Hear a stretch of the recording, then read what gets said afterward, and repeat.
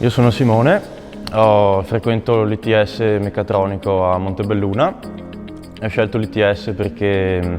alla fine delle superiori ho capito che poteva darmi l'opportunità di crescere sia a livello lavorativo che a livello culturale di conoscenze tecniche. Infatti, oltre alle ore di lezione, una gran parte di tempo scolastico è impiegato nel project working, che appunto è un progetto a cui 5-6 elementi della classe devono applicarsi per appunto creare qualcosa di proprio e da poi presentare magari anche a un gruppo più ampio di persone a fine anno. La cosa più importante di questo team working è che comunque la scuola fornisce un budget con il quale gli studenti devono gestirsi le spese per appunto il progetto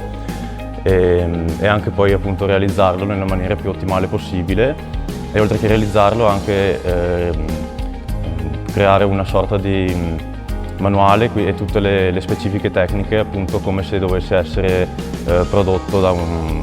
un'azienda, come se fosse un prodotto commerciale vero e proprio. L'ITS penso che sia un'ottima alternativa all'università perché appunto permette di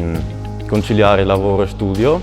e permette anche di applicare nel lavoro quello che si studia a lezione.